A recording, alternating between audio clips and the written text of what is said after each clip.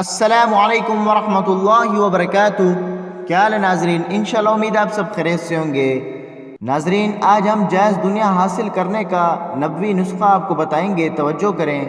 ایک شخص نے آ کر حضور اکرم صلی اللہ علیہ وسلم سے فقر و فاقہ کی شکایت کی تو آپ صلی اللہ علیہ وسلم نے فرمایا، اگر یہ کلمات طلوع فجر کے بعد اور صبح کی نماز سے پہلے 100 مرتبہ پڑھ لے تو دنیا ذلیل ہو کر تمہارے سامنے آئے گی۔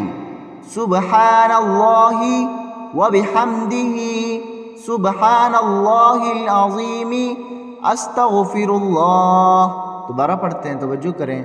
سبحان اللہ وبحمدہ، سبحان اللہ العظیم، استغفر اللہ۔ کاروبار میں ترقی کے لیے عمل۔ للہ ما فی السماوات والارض ان اللہ هو الغنی الحمید۔ رزق میں کشادگی کے لیے، کاروبار کی ترقی کے لیے یا نیا کاروبار شروع کرنے سے پہلے آیت مذکورہ کو روزانہ 141 دفعہ پڑھیں۔ پریشانیوں سے نجات کا نبوی نسخہ۔ حدیث شریف میں آیا ہے کہ جو شخص کسی مصیبت یا پریشانی میں گرفتار ہو اور اسے چاہیے کہ اذان کے وقت کا منتظر رہے اور اذان کا جواب دینے کے بعد مدرجہ ذیل دعا پڑھے اور اس کے بعد اپنی حاجت اور خوشحالی کی دعا کرے تو اس کی دعا ضرور قبول ہوگی۔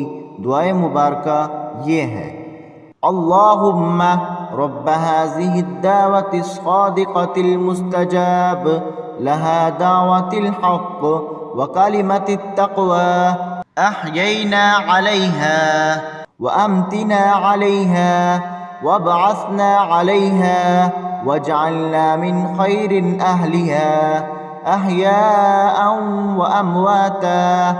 ٹھیک ہے ناظرین، اب میں آپ لوگوں سے اجازت چاہتا ہوں، دعاؤں میں یاد رکھیں۔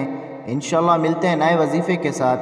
السلام علیکم ورحمۃ اللہ وبرکاتہ۔